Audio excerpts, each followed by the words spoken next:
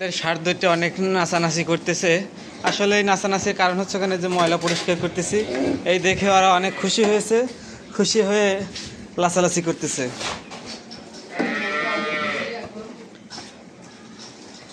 দেখেন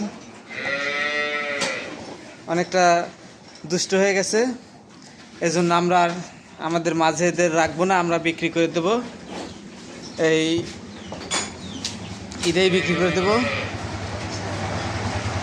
আমরা আর রাখবো না।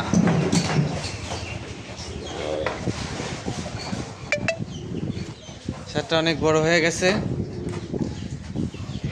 আর এটা এখনো ওইরকম হয় নাই বড়, যার কারণে একে রেখে দেবো, আর ওনাকে রাখবো না, কারণ ও বেশি দুষ্ট হয়েছে। যদি কারোর লাগে আমাদের সাথে যোগাযোগ করবেন। আমাদের আছে অনেক, আরও গাভী আছে, এগুলো আমরা লালন পালন করে থাকি, পাশাপাশি আমরা বিক্রিও করি।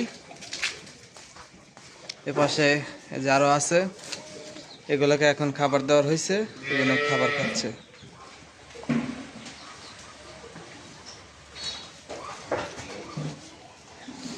এপাশে আমরা পাশাপাশি কিছু দেশি মুরগি রাখি।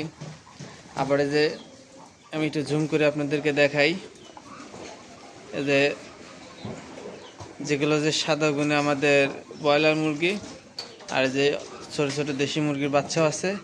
আবার এই যে ভিতরে একটা চীনা হাঁস আছে, তার মধ্যে আছে 6টা বাচ্চা আছে। ওগুলো আপনাদেরকে আমি পরবর্তী ভিডিওতে দেখাবো ভালো করে। এখন এই পর্যন্তই আপনাদেরকে দেখালাম। তো কারো যদি আমাদের সার দুইটা পছন্দ হয় নিতে পারবেন। আমরা এই একটা বিক্রি করব, আর এটা বিক্রি এখন করতে চাচ্ছি না। আগামী বছরের জন্য আরও 2টা আছে সার, যেটা আমরা আগামী বছরের জন্য রেখে দিচ্ছি। তো আজ এ পর্যন্তই, ভালো থাকবেন।